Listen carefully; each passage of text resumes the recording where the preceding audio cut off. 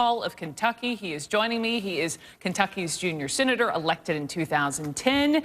And you probably know this. It bears repeating here. Senator Paul is opposed to raising taxes, raising anyone's taxes, even as some, as we've been talking in the last 24, 48 hours, some in his party are flirting with compromise on that issue. Senator Paul, welcome. Thank you for joining me. Good to be with you. You know, we did just get a little update from the White House on the fiscal cliff negotiations. So just take a listen to this, if you would. The president spoke with the Speaker of the House as well as the Senate Majority Leader over the weekend. He will continue to have discussions with those two leaders as well as Leader Pelosi and Senator McConnell in the days and weeks coming forward. I don't have a schedule for those conversations to provide to you, but he will speak with them and meet with them as appropriate. Senator, all this talking, will you tell us, tell Americans, if you're in the loop, if you are privy, tell us who's talking to whom in these fiscal cliff negotiations and where are the talks happening? Well, you know, I'm not included in those talks. I've been talking with the folks in my state in Kentucky, though, and they're not interested in you know, raising taxes. They think it's a bad idea for the economy. The only way to have a stimulus to the private sector is to leave more money in the private sector. The other thing that folks in Kentucky don't understand is that why is it a fiscal cliff to cut spending?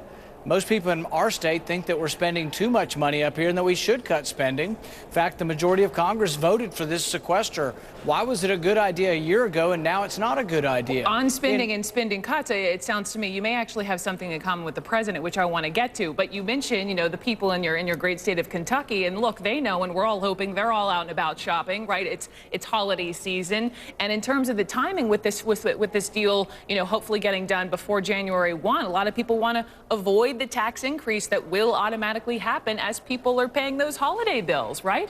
But here's my question. If it's bad to raise taxes on everyone, why is it good to raise it on half of the nation's income? Everybody says, oh, it's just a few rich people. Well, those rich people are half of the nation's income, about 40% of the nation's income. So if it's a bad idea to raise it on 100% of the nation's income, why is it a good thing to raise taxes on 40% of the nation's income? I think it's bad to take more money out of Kentucky, more money out of my town in Bowling Green. I'd just soon leave it there. And I'm not too concerned who has it. If the people who earned it still have it, whether they're rich, middle class, or poor, it's in the private sector and it's in Kentucky buying goods. I don't want it sent up here because I've seen what they do up here. Last year, we spent $3 million to study monkeys on meth. We spent $2 million. I don't think a lot of people in this country want to hear that, and I think most people would agree that is a heck of a waste of time. But when we talk about this, Senator Paul, and we talk about taxes and we talk spending, I mean, look, the president has set this goal of $4 trillion in debt reduction over the next 10 years. I mean, $4 trillion, that's not chump change.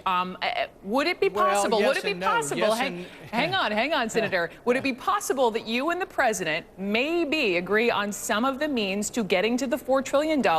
And if so, where might you agree?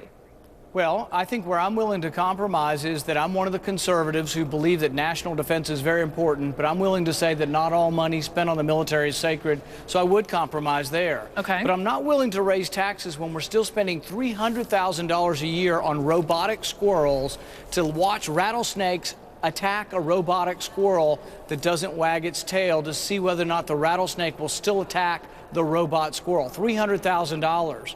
$2 million spent on how we can convince Chinese prostitutes not to drink so much on the job. Let me cut you off because I can hear the Americans shaking their heads.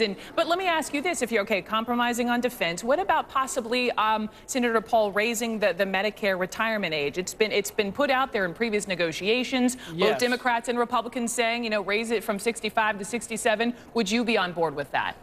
Yes, but I don't think we have to trade tax increases for entitlement reform because we should fix entitlements because they're broken. Shouldn't Democrats give and Republicans give at the same time? I mean, I know Democrats say, hey, we won the election, but let's be fair. But the way I look at it is entitlements are broken, and it's not my fault. It's not Democrats' fault. It's because your grandparents had too many babies. It's because we're living longer. These are just facts. Why not just fix entitlements instead of saying, oh, I will only fix entitlements if you let me tax rich people? Well, taxing anyone in a weak economy is not good.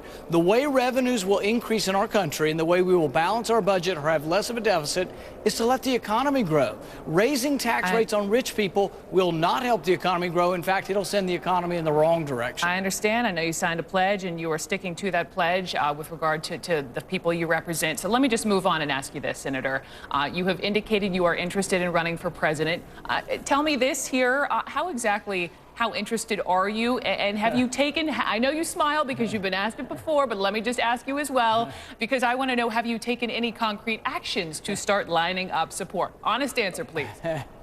Well, you know, what I have said is I won't deny that I'm interested. A little bit different than I am interested. Okay, let's read between the lines. What does that really mean, sir? Let's read between the lines. I want to be part of the national debate. I think my party, the Republican Party, is shrinking. We're in danger of becoming a dinosaur. We're not competitive on the West Coast. We're not competitive in New England. And we weren't competitive around the Great Lakes. So we need a new type of Republican. I think that involves some of the ideas of libertarian-leaning Republicans, people who believe in a less aggressive foreign policy, people who believe that we're not going to deport 12 million Hispanic folks. Hang on, Senator Paul, let me go back to something you said. Why are you afraid of becoming a dinosaur? Well, because when you look at it, we're not competitive in huge areas of the country. You know, some of the biggest states, California, New York, Illinois, we're not competing anymore. In fact, we don't even advertise there. And once you give up those electoral votes, we're getting down to where we have to win Ohio every time. We have to win Florida and Ohio every time. And so really what we need to do is be competitive throughout the United States. And I think young people want a less aggressive foreign policy. They don't want to put people in 20 years in jail for marijuana use or nonviolent crimes. Okay. And I think they want a little bit different approach to immigration. Okay, you say you want to be part of the national dialogue, perhaps a bigger part of it. We shall see. Senator Rand Paul, thank you so much. We appreciate it. Thank you. And now to the face